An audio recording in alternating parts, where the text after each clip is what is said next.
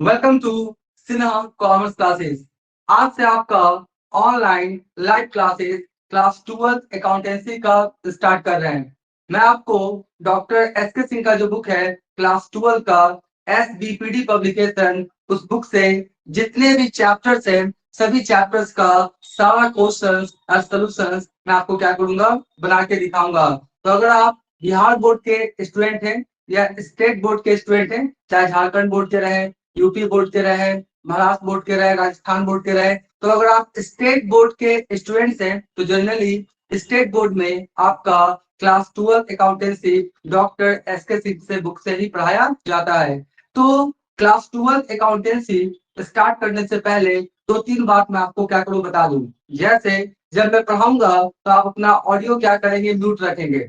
जब मैं पढ़ाऊंगा तो आप अपना ऑडियो क्या करेंगे, म्यूट रखेंगे। जब मैं यहाँ पे पढ़ा दूंगा उसके बाद मैं बोलूंगा कि ऑडियो अनम्यूट कीजिए और जो जो आपका क्वेश्चन है आप कीजिएगा, तो मैं क्या करूंगा, आपको यहाँ से तुरंत सॉल्व कर दूंगा।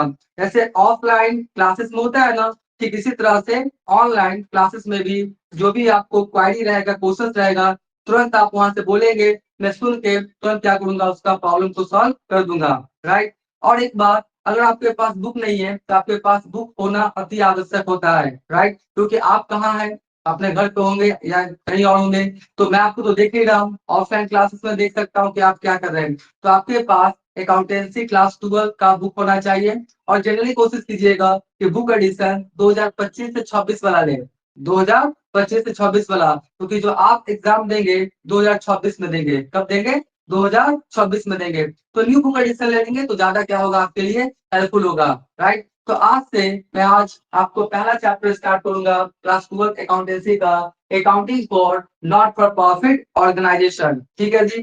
सबसे पहले अब जो लोग आपका प्रेजेंट हो चुके हैं, यहाँ से भी देख सकता हूँ, जो लोग प्रेजेंट हैं वो अपना ऑडियो को अनम्यूट कीजिए और खाली बताइए कि ऑडियो और वीडियो आपको क्लियर आ रहा है। जो लोग प्रेजेंट हैं ऑडियो को अनम्यूट करके बताइए कि वीडियो और ऑडियो क्लियर आ रहा है कि नहीं। मोबाइल के स्क्रीन पे जाइएगा, वहां पे आप टच कीजिएगा, ऑडियो का ऑप्शन आएगा, अनम्यूट करके बोलिए कि आपका ऑडियो और वीडियो क्लियर आ रहा है कि नहीं।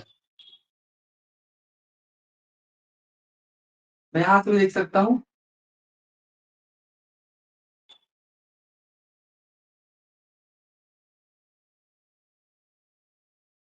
ठीक है, मैं देख लेता हूँ कौन कौन लोग आपका प्रेजेंट है। अनिकेत बताइए, ऑडियो सृष्टि जी बताइएगा। आप ऑडियो को क्या कीजिए, अनम्यूट कीजिए, मोबाइल के स्क्रीन पे टैप कीजिए। हाँ बोलिए, ऑडियो ठीक आ रहा है ना? Yes sir. क्या video?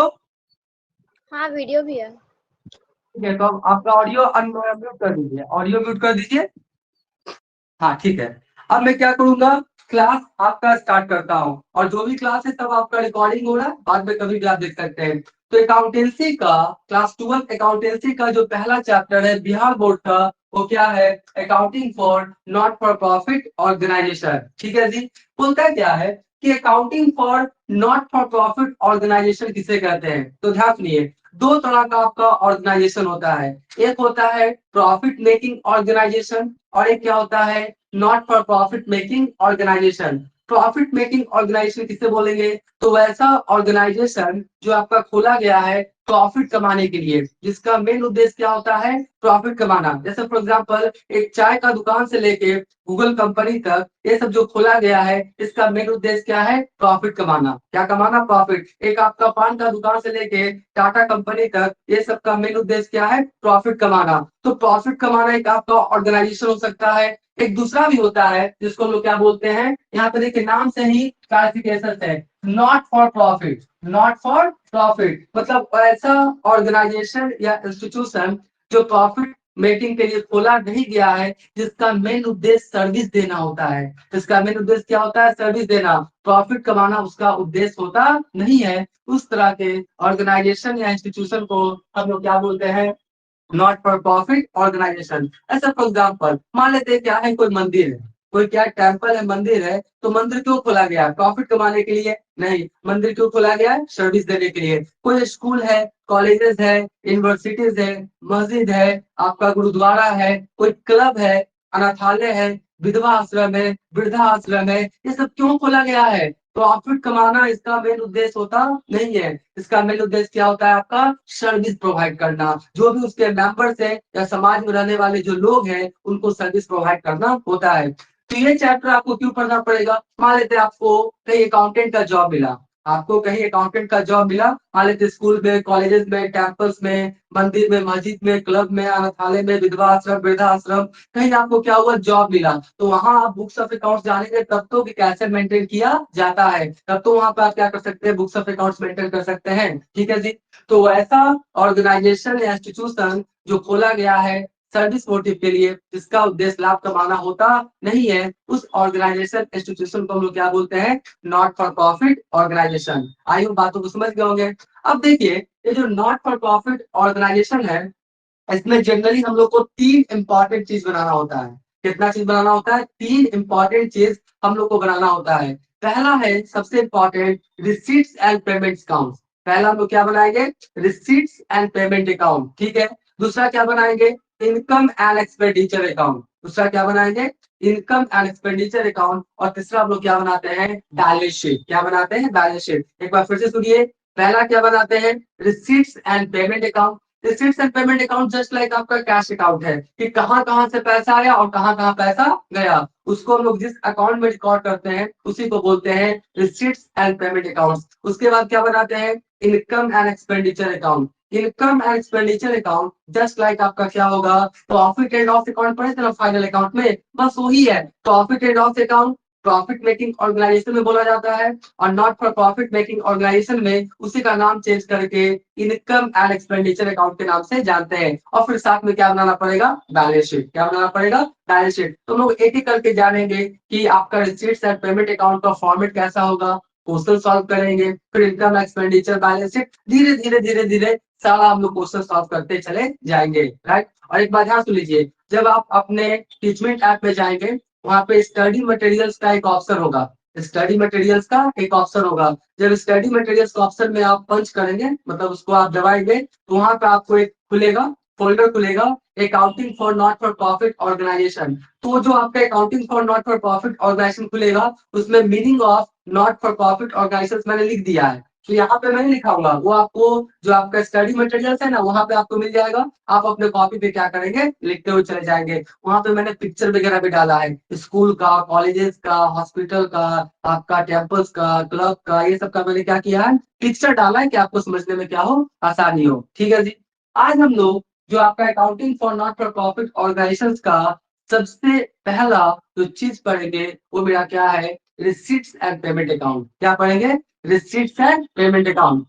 Receipts and payment account क्या होता है? जांच लिए, होता है वैसा अकाउंट जिसमें हम लोग जहां जहां से पैसा आया है और जहां जहां से पैसा गया है, मतलब inflow of cash and outflow of cash को रिकॉर्ड करते हैं नॉट फॉर प्रॉफिट ऑर्गेनाइजेशन में, उसी को हम लोग क्या बोलते हैं? Receipts and payment account. ठीक है जी। अब मैं आपको यहाँ पे फॉर्मेट बताऊंगा कि रिसीट्स एंड पेमेंट अकाउंट का फॉर्मेट कैसा होता है और क्वेश्चंस कैसे सॉल्व करते जाते हैं। ठीक है। देखिए, सबसे पहले वही कैश अकाउंट होता है। देखिए, सबसे पहले हम लोग क्या लिखेंगे यहाँ पर? सबसे पहले क्या लिखेंगे? लिखते जाइएगा। सबसे पहले लिखेंगे receipts, receipts and, receipts and क्या लिखेंगे हम लोग? Payment. Receipts and payment account लिख दिए। ठीक है। अब रिसीट्स एंड पेमेंट अकाउंट जिसका भी होगा ऑफ लिख देंगे। ऑफ मतलब जिसका भी नाम होगा, ऐसे कोई मंदिर है, मस्जिद है, अनाथालय है, क्लब है, स्कूल है, कॉलेजेस है, यूनिवर्सिटीज है, वो एक्सपर्ट क्वेश्चन देगा, लिख दीजिएगा। जैसे मान लेते हैं receipts and payment account of Sinha commerce classes, receipts and payment accounts of आपका स्पोर्ट्स क्लब, तो वो क्वेश्चन में देगा, लिख देंगे। ठीक है। उसके बाद हम लोग क्या करेंगे? चार कॉलम्स बनाएंगे। उसके बाद हम लोग क्या करेंगे? यहाँ पर चार कॉलम्स क्या करेंगे? हम लोग बनाएंगे। बस आप ध्यान से देखते जाइएगा, सारा कॉन्सेंट्रेशन बना के रखिएगा, क्योंकि ऑनलाइन लाइव क्लासेस है ना, लोग इधर उधर भी क्या करते हैं? चले जाते हैं। और कितना समय आप क्लास दिए, मतलब मैंने मान लेता है 1 घंटा का मैंने क्लास लिया, और आप कितना समय क्लास किए, 10 मिनट, 15 मिनट, सब मेरे पास रिकॉर्ड आ जाएगा।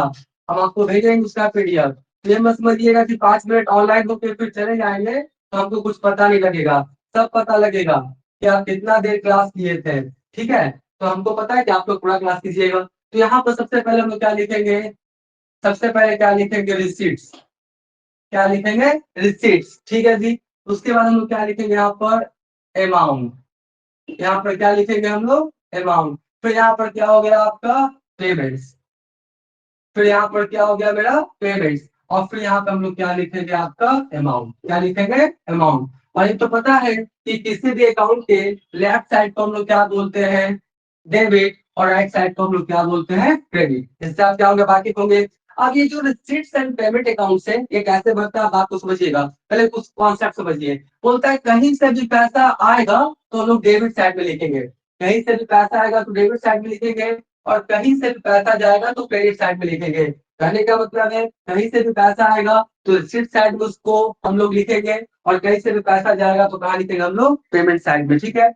सबसे पहले जो ऊपर में लिखते हैं हम लोग क्या है, कि पहले से अगर कुछ कैश इन हैंड या कैश एट बैंक का बैलेंस है तो पहले हम लोग क्या करेंगे, यहाँ पे लिखेंगे ओपनिंग में। क्वेश्चन में देगा कि पहले से आपके पास कुछ पैसा बचा हुआ है, पिछले साल का क्लोजिंग का कुछ पैसा बचा हुआ है, तो पिछले साल का क्लोजिंग होगा तो इस साल का क्या होगा, मेरा ओपनिंग होगा। तो यहाँ पर सबसे पहला जो काम करेंगे हम लोग, क्या लिखेंगे, to to balance, to balance, क्या लिखेंगे हम लोग, बीडी। क्या लिखेंगे, टू बैलेंस बीडी। ठीक है जी। उसके बाद दो ही बैलेंस हो सकता है, या तो कैश इन हैंड का होगा या फिर कैश एट बैंक का होगा। तो यहाँ पे लिखेंगे हम लोग क्या, कैश इन हैंड। ठीक है। कैश इन हैंड का मतलब कि जो आपका नॉट फॉर प्रॉफिट ऑर्गेनाइजेशन है वहां पर कैश कितना अवेलेबल है, तो कैश इन हैंड। उसके बाद अगर नॉट फॉर प्रॉफिट ऑर्गेनाइजेशन का बैंक में खाता खुला हुआ है तो बैंक में कितना पैसा है, तो क्या लिखेंगे, cash at bank. Cash at bank, ये लिख दिए। ये सबसे पहले क्या लिखे हैं, टू बैलेंस भी लिख देंगे। ठीक है। उसके बाद ये ओपनिंग बैलेंस है, cash in hand, cash at bank. जब क्वेश्चन में देगा उसका जिक्र कर देंगे। अब कहीं से भी पैसा आया, मैं कुछ आइटम्स का जिक्र करूंगा। जैसे मान लेते हैं कि आपका नॉट फॉर प्रॉफिट ऑर्गेनाइजेशन है, इसका इनकम का ऐसा थोड़ी है कि सामान 10 रुपया में खरीदेगा, 15 रुपया बेचेगा, 5 रुपया प्रॉफिट होगा, वो वाला तो ये काम करता नहीं है। तो जो आपका नॉट फॉर प्रॉफिट ऑर्गेनाइजेशन है उसके पास पैसा आने का कहाँ कहाँ से स्रोत हो सकता है, तो उसके पास कोई चंदा मिलता है, दान मिलता है, यही सब उसको पैसा आएगा। कोई अनाथालय है, विधवा आश्रम है, उसका जो मेंबर है वही सब ना पैसा देगा। ये सामान खरीद के ज्यादा दाम में बेच के प्रॉफिट थोड़ी कमाता है। देखिए क्या होगा, सबसे पहले इसका जो इंपॉर्टेंट स्रोत होता है वो होता है आपका सब्सक्रिप्शन। क्या होता है आपका, सब्सक्रिप्शन।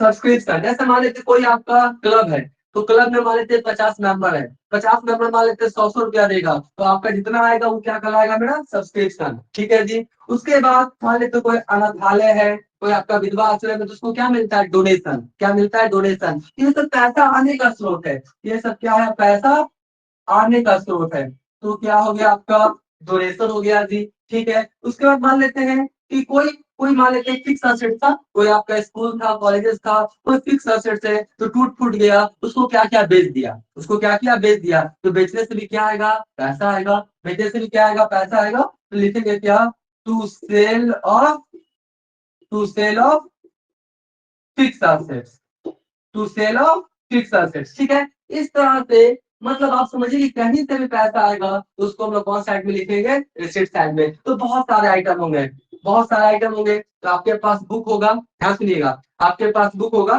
तो आप बुक में निकाल लीजिएगा रिसिट्स एंड पेमेंट अकाउंट। क्या निकाल लीजिएगा, रिसिट्स एंड पेमेंट अकाउंट। और रिसिट्स एंड पेमेंट अकाउंट का जितना भी आइटम रिसिट साइड में है सब आप देखिएगा।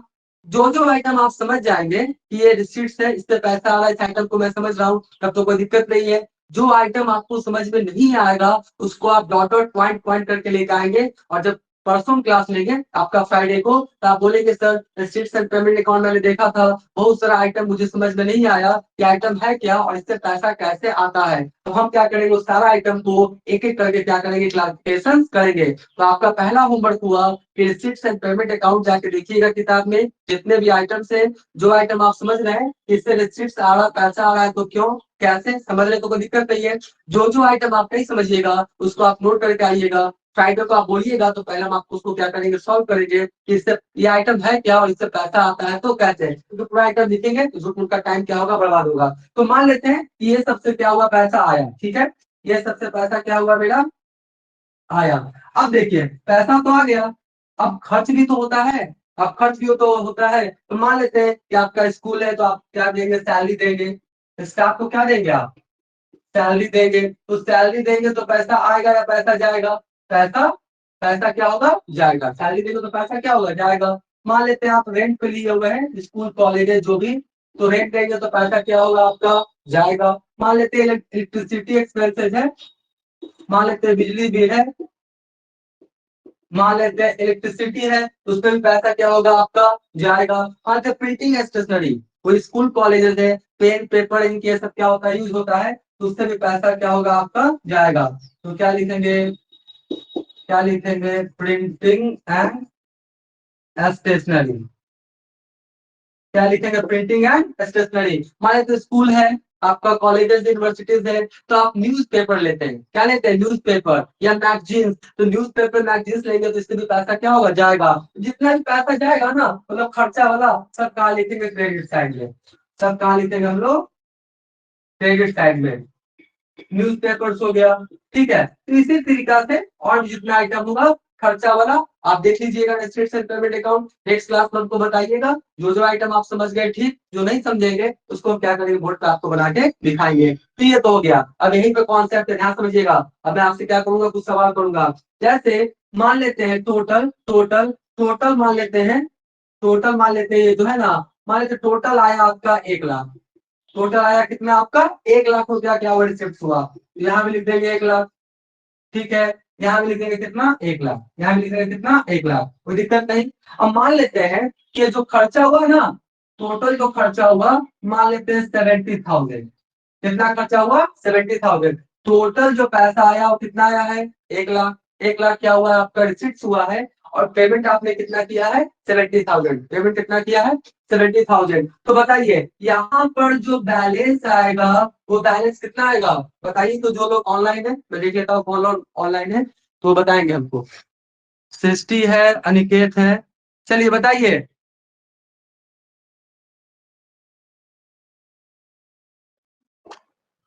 30,000।